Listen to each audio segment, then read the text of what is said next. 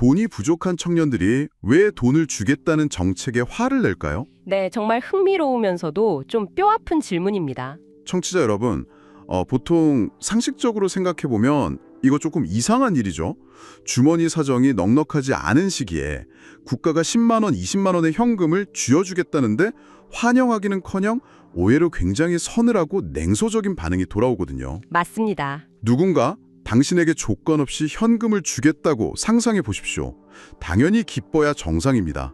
하지만 만약에 그 돈을 받는 순간 당신의 이름으로 100만 원짜리 청구서가 발행된다는 사실을 알고 있다면 어떨까요? 그게 핵심이죠. 이 현상을 표면적으로만 보면 약간 기성세대 입장에서는 요즘 청년들은 배가 불렀다거나 불만이 너무 많다 이런 식의 세대론으로 오해하기가 참 쉽습니다. 네, 그런 이야기 많이 들리죠. 하지만 그 이면을 가만히 들여다보면요. 아주 냉철하고 합리적인 어떤 구조적 절망이 자리 잡고 있습니다.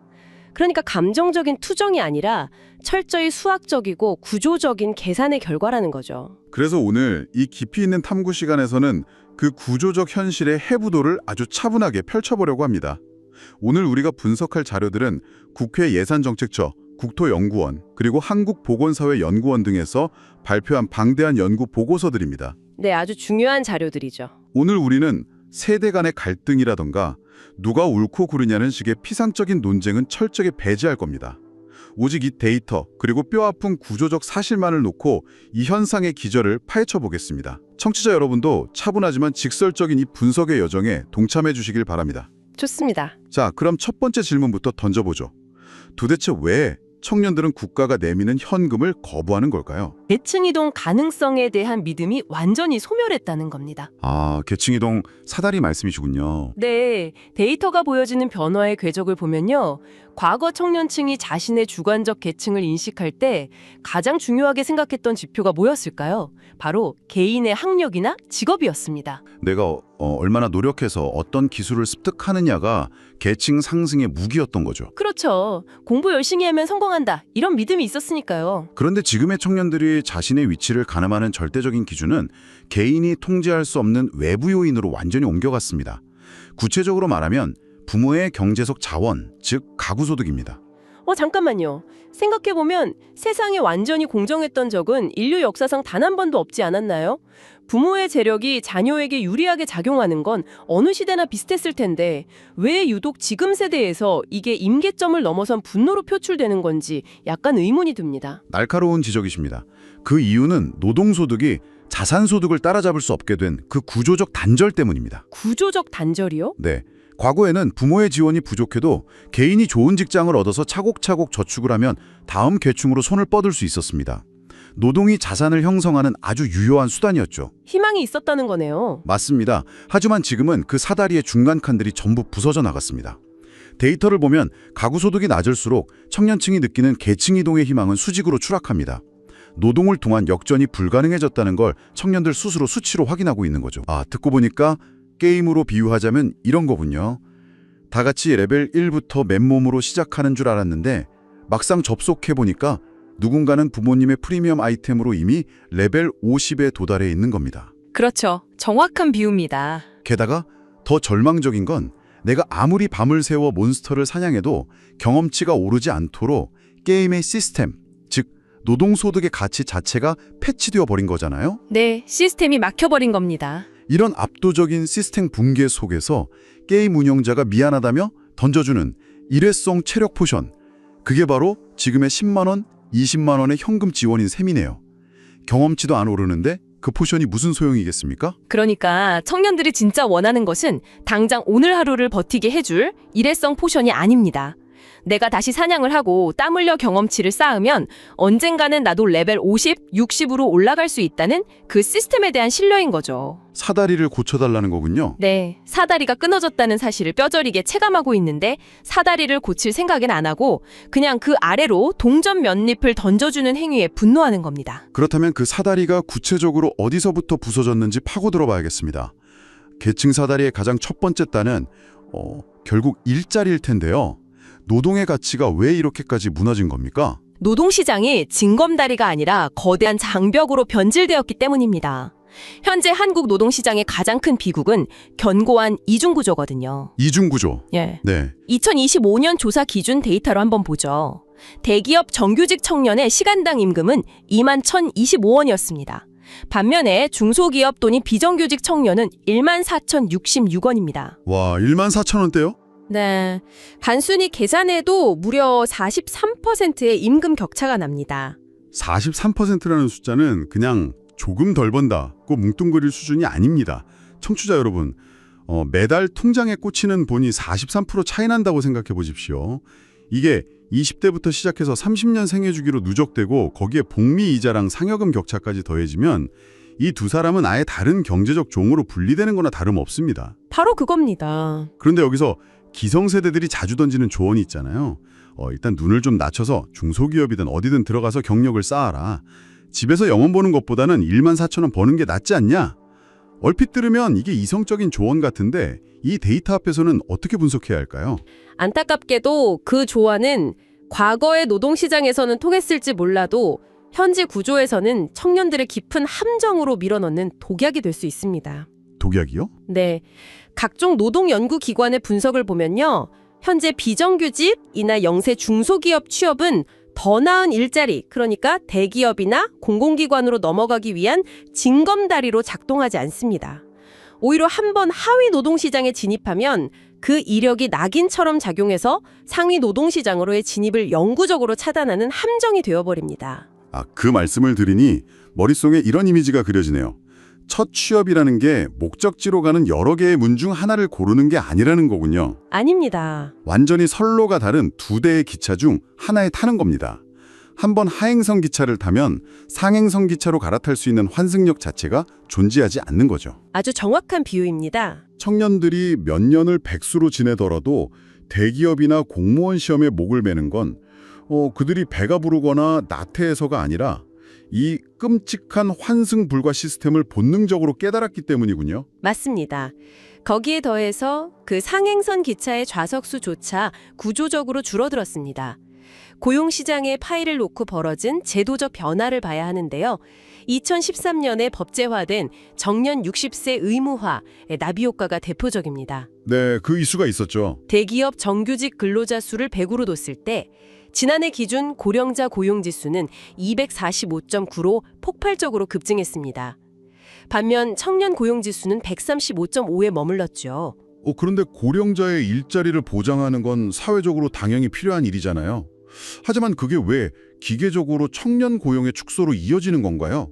두 세대가 함께 일할 수는 없습니까? 한국 특유의 경직된 임금 구조, 즉 호봉제 하에서는 그게 불가능에 가깝습니다. 저성장 국면에 접어든 기업들은 인건비 총액이 딱 정해져 있거든요. 예산에 한계가 있으니까요? 네, 근속연수가 길어질수록 막대한 임금을 받는 고연차 근로자들을 이제 법적으로 내보낼 수 없게 되자 기업들이 선택한 생존 전략은 가장 쉬운 곳에 문을 닫는 것이었습니다. 신규 채용을 줄이는 거군요. 바로 그겁니다. 이것은 세대 간의 선악 문제가 절대 아닙니다. 노동 유연성이 떨어지는 구조 속에서 발생한 필연적인 병목 현상인 거죠. 상행선 기차를 타야만 인간다운 삶이 가능한데 막상 그 기차의 문을 열어보니 이미 앞세대가 좌석을 꽉 채우고 앉아서 문을 닫아버린 상황. 정말 절망적이네요. 네, 그렇습니다. 자, 하지만 만약에 이 모든 극악의 확률을 뚫고 그 상행선 기차에 올라탔다고 가정해 보겠습니다. 43%를 더 받는 대기업 정규직이 되었습니다. 그럼 이제 숨통이 트이고 현금 지원 따위는 신경 쓰지 않는 여유로운 삶이 시작될까요? 불행히도 그렇지 않습니다. 기차에 올라타서 창밖을 보면요. 자신이 도달해야 할 진짜 목적지가 기차보다 훨씬 빠른 속도로 멀어지고 있는 걸 목격하게 됩니다. 목적지가 멀어진다뇨? 국토연구원의 자료가 보여주는 부동산과 주거비의 현실 때문입니다. 자산을 축적할 시간적 여유가 없는 20대 가구를 기준으로 한번 보죠. 네. 이들이 서울의 평균적인 아파트를 장만하기 위해 자신의 소득을 한 푼도 쓰지 않고 저축해야 하는 기간을 PIR, 즉 소득 대비 주택가격 비율이라고 하는데요. 이 수치를 보면 2014년에는 39.5년이었습니다. 39년이요? 25세 취업해서 64까지 밥도 안 먹고 모아야 한다는 건데 와, 그 수치만으로도 이미 숨이 막힙니다. 그런데 이게 과거의 데이터라는 거죠. 지금은 도대체 어디까지 간 겁니까? 놀라지 마십시오. 2023년 기준으로 그 기간이 무려 86.4년으로 늘어났습니다. 86.4년이요? 네. 청취자 여러분, 이건 경제 지표가 아닙니다. 생물학적 한계선이죠. 25세 취업해서 111살이 될 때까지 단 1원의 소비도 없이 모아야만 내 집 마련이 가능하다는 뜻입니다. 사실상 불가능을 숫자로 우회해서 표현한 것에 불과하네요. 맞습니다. 그래서 청년들이 선택한 생존 방식이 바로 부채입니다. 2014년부터 2023년 사이 20대 가구의 부채는 무려 217.9%나 폭증했습니다. 와, 빚이 그렇게 들었나요? 네. 반면에 같은 기간 순자산 증가율은 36.4%에 그쳤죠. 이 엄청난 빚은 자산을 불리기 위한 투자의 결과라기보다 살인적인 주거비를 감당하기 위한 생존형 대출인 경우가 많습니다. 그렇군요. 특히 수도권으로 일자리를 찾아 올라와 독립한 청년 1인 가구들의 상황은 아주 참혹합니다. 주거비 과부담 청년 가구의 58.7%가 1인 가구로 나타났거든요. 아, 그들의 거주 형태를 보면 소위 지옥고라고 부르잖아요. 지하, 반지하, 옥탑방, 고시원. 햇빛조차 제대로 들지 않는 곳에 사는 청년이 17만 6천 명입니다. 네, 현실이 그렇습니다. 상황을 한번 연결해보죠. 하위 노동시장으로 떨어지면 평생 헤어나올 수 없어서 목숨을 걸고 취업 준비를 합니다. 그리고 간신히 취업해봤자 내 집을 사려면 86년이 걸립니다. 결국 빚을 내서 매달 지옥고의 월세를 납부하며 통장이 텅 비어가는 삶. 그렇죠. 이런 거대한 구조적 폭포수 아래에서 허우적거리는 청년에게 정부가 다가가서 힘들지, 여기 물티슈랑 20만 원 줄게 라고 한다면 저라도 단순한 허탈함을 넘어서 모욕감을 느낄 것 같습니다. 이 돈이 내 주거 불안을 1mm라도 밀어낼 수 있느냐는 반문이 터져나올 수밖에 없죠. 그 모욕감에는 아주 날카로운 이성이 작동하고 있습니다. 청년들이 화를 내는 건 단순히 액수가 적어서가 아니거든요. 정부가 이런 구조적 문제를 수술대에 올릴 의지 없이 그냥 진통제만 던져주며 상황을 무마하려 한다는 걸 간파했기 때문입니다. 네. 그리고 현금 지원에 분노하는 가장 핵심적이고 치명적인 이유가 아직 하나 남아 있습니다. 그게 뭡니까? 그 돈은 결코 국가의 선물이 아니라는 사실입니다. 선물이 아니라면 미래의 청구서라는 뜻인가요? 정확합니다. 국회 예산정책처의 장기 재정 전망 보고서를 보면 이 청구서의 액수가 얼마나 끔찍한지 알 수 있습니다.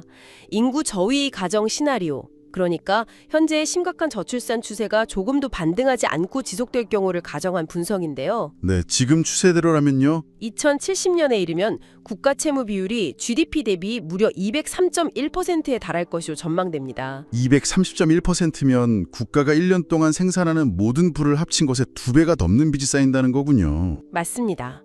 하지만 방금 말씀하신 2070년은 너무 먼 미래 아닙니까? 당장 오늘 월세 내기도 벅찬 20대 청년들이 반세기 뒤에 국가 채무까지 걱정한다는 건 약간 과장된 해석처럼 들리기도 하거든요. 그 미래가 먼 이야기가 아니기 때문입니다. 국가 부채 비율이 200%를 돌파하는 것을 막기 위해서 국가는 필연적으로 조세를 끌어올리게 되어 있습니다. 세금을 올린다는 거군요. 네, 국민연금, 건강보험료, 노인장기 요양보험 같은 각종 요율을 인상하는 시나리오를 적용해보면요. 2070년의 국민부담률은 무려 42.0%까지 치솟습니다. 와, 42%요? 그리고 이 엄청난 부채의 이자를 감당하고 세금을 내야 하는 주체는 미래의 어떤 가상인물이 아닙니다. 바로 지금 10만 원을 지급받고 있는 2030 청년들 본인입니다. 아, 구조가 너무 명확하게 보이네요. 정부가 선심 쓰듯 10만 원을 제 계좌로 쏴줍니다. 저는 그 돈으로 당장 장을 보겠죠. 하지만 정부는 그 10만 원을 마련하기 위해 국채를 발행했습니다. 빚을 낸 거죠. 그렇죠. 그리고 10년, 20년 뒤에 그 국채의 만기가 돌아왔을 때 이자까지 쳐서 갚아야 할 세금 고지서는 결국 제 집 우편함으로 날아옵니다. 정확히 그겁니다. 이건 국가가 나를 도와주는 게 아니라 내 이름으로 강제 대출을 받아서 수수료를 떼고 내게 용돈을 주는 기형적인 구조에 가깝군요. 청년들이 이 구조를 읽어내고 이성적으로 분노하고 있는 거네요. 바로 그 지점입니다. 청년들은 이 현금 지원이 자신의 미래 생존권을 담보로 잡고 버리는 현재 정치적 소비라는 것을 꿰뚫어 보고 있습니다. 그러니 선심성 정책이 남발될수록 기뻐하기는커녕 심각한 위협을 느끼는 것이죠. 그렇다면 한 가지 본질적인 의문이 남습니다. 현금 지원 정책은 무조건 폐기해야 하는 절대악입니까?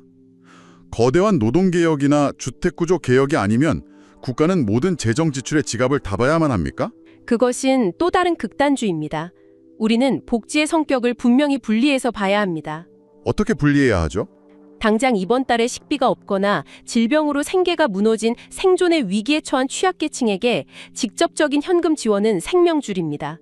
이런 구명조끼 성격의 복지는 오히려 더 두텁게 가야 맞습니다. 네, 생존권 보장은 국가의 기본 의무니까요. 하지만 문제는 국가의 장기적인 자산 형성 지원이나 계층 이동 사다리 복원이라는 구조적 목표를 위해 쓸어야 할 막대한 예산까지 단기적인 현금 살포로 증발하고 있다는 데 있습니다.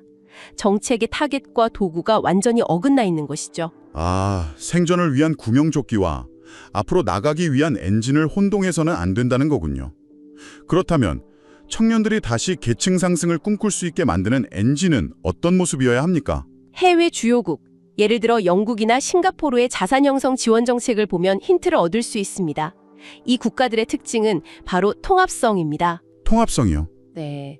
아동기부터 청년, 노년기에 이르기까지 하나의 계좌 혹은 단일한 시스템을 통해서 생애 주기에 맞춰 자산이 단절 없이 굴러가도록 복리 효과를 극대화하거든요. 끊어지지 않게 한다는 거네요. 반면 한국은 지독한 분절성의 함정에 빠져 있습니다. 부처별로 뿔뿔이 흩어진 청년 정책들을 한번 보십시오. 금융위원회 청년희망적금은 만기가 2년이었습니다. 후속으로 나온 청년 도약계좌는 만기가 5년이죠. 그리고 고용노동부의 정책들은 또 다릅니다. 잠깐만요. 5년 동안 만기를 채워서 목돈을 지는 건 나쁜 일이 아니지 않나요? 그 돈이 왜 자산 형성이 실패한다는 거죠? 만기 이후에 설계가 존재하지 않기 때문입니다. 이른바 절벽 효과가 발생하죠. 5년 동안 수천만 원을 어렵게 모았습니다. 그런데 그 만기가 5년인 이유는 청년의 생애 주기를 고려해서가 아닙니다. 그럼 왜 5년이죠? 대개 5년 단임제라는 정치 사이클에 맞춰져 있기 때문이죠. 결국 정권이 끝나거나 정책의 만기가 도래하면 5천만 원이 청년의 개인 통장으로 툭 떨어집니다. 이 돈으로 당장 서울에 집을 살 수 있나요? 어림없습니다. 그렇다고 다시 장기적인 자산으로 굴려줄 국가 시스템이 있나요? 없습니다. 오히려 이 목돈 때문에 다른 취약계층 복지수급 자격에서 탈락하는 경우도 생깁니다. 머리에 확 꽂히는 비유가 하나 떠오릅니다. 정부가 거대한 협곡에 다리를 놓아주겠다고 공사를 시작합니다. 그런데 딱 협곡의 절반, 한 5년치 거리까지만 다리를 건설해놓고 쿨하게 철수해버리는 겁니다. 자, 우리가 여기까지 도와줬으니 나머지는 네가 알아서 건너가라. 네, 바로 그 상황입니다. 청년은 협곡 한가운데 덩그러니 남겨지죠. 앞으로 갈 수도 뒤로 갈 수도 없습니다. 결국 그 어렵게 모은 동력은 집도 계층 이동도 아닌 그저 자동차를 사거나 단기적인 소비로 증발해버릴 수밖에 없겠군요. 정확한 지적입니다. 목표가 분절되어 있고 철학이 부재하기 때문입니다. 단기 실업 대응, 금융시장 활성화 등 부처마다 각자의 실적을 위한 현금성 적금을 흩뿌리다 보니까 진정한 의미의 계층 이동 사다리는 만들어지지 않는 겁니다. 청년들에게 필요한 건 끊어진 다리 위에서 받는 위로금이 아니라 협곡의 끝까지 안전하게 연결된 단단한 구조물 그 자체입니다. 네, 오늘 우리는 국회예술정책처, 국토연구원, 한국보건사회연구원의 방대한 자료들을 통해 아주 깊숙하고 불편한 현실을 들여다봤습니다. 네. 청취자 여러분, 오늘 탐구를 마무리하며 우리는 가장 서두에 던졌던 질문에 명확한 답을 내릴 수 있습니다. 청년들이 현금 지원의 냉소적인 이유는 결코 그들이 이기적이거나 세상 물정을 몰라서가 아닙니다. 그렇습니다. 부모의 재력이 나의 레벨을 결정한다는 뼈아픈 공정성의 상실, 한번 비정규직의 하행성 기차에 타면 영원히 대기업이라는 상행선으로 갈아탈 수 없는 노동시장의 굳건한 장벽, 그리고 숨만 쉬고 86년을 모아도 집 하나 살 수 없는 주거의 벽, 마지막으로 그 모든 비봉책의 총구서가 결국 2070년 42%라는 세금 폭탄으로 자신들에게 돌아온다는 차가운 이성적 계산. 맞습니다. 이 거대한 구조적 폭력이 청년들을 분노하게 만든 것입니다. 청년들이 원하는 것은 단순히 공짜 돈 몇 푼이 아닙니다. 이 사회의 룰 안에서 내가 정당하게 땀 흘리면 다시 위로 올라갈 수 있다는 지금은 증발해버린 그 숭고한 믿음입니다. 따라서 국가정책의 방향성은 단순히 돈을 뿌리며 불만을 무마하는 것이 아니라 박살난 계층 이동의 사다리를 근본적으로 복원하는 구조개혁 쪽으로 향해야만 합니다. 마지막으로 청취자 여러분 스스로 깊게 고민해 보셨으면 하는 화두를 하나 던지고 싶습니다. 어떤 화두인가요? 만약 국가가 이 고장난 사다리를 방치한 채 지금처럼 단기적인 현금만 계속해서 쥐어준다면 어떤 역설적인 비극이 벌어질까요? 청년 세대 안에서도 누군가는 그 10만 원, 20만 원이 절박해서 당장에 밀린 월세나 식비로 소진할 것입니다. 생활에 구멍을 메우기 바쁘겠죠. 네, 그렇겠죠. 하지만 부모의 자원이 넉넉하여 이미 안전망을 갖춘 다른 청년은 국가가 공짜로 준 그 돈마저 주식이나 코인 같은 자산 시장에 투자해 몸집을 굴려나갈 것입니다. 아, 그럴 수 있겠네요. 우리는 청년들의 어려움을 돕겠다고 모두에게 똑같은 현금을 쥐어주지만 구조 개혁이 빠진 그 얄팍한 선의가 오히려 청년 세대 내부의 자산 불평등을 더욱 잔인하게 가속화하는 씨앗이 되고 있는 것은 아닐까요? 현금이라는 진통제가 사실은 적자를 벌리는 무기로 작동하고 있는 것은 아닌지 여러분은 어떻게 생각하십니까? 깊이 생각해 볼 만한 질문입니다. 네, 오늘 분석은 여기까지입니다. 청취자 여러분, 이 뼈아픈 구조적 현실 앞에서 우리가 진정으로 논의해야 할 다음 단계는 무엇인지 함께 고민해 보시길 바랍니다.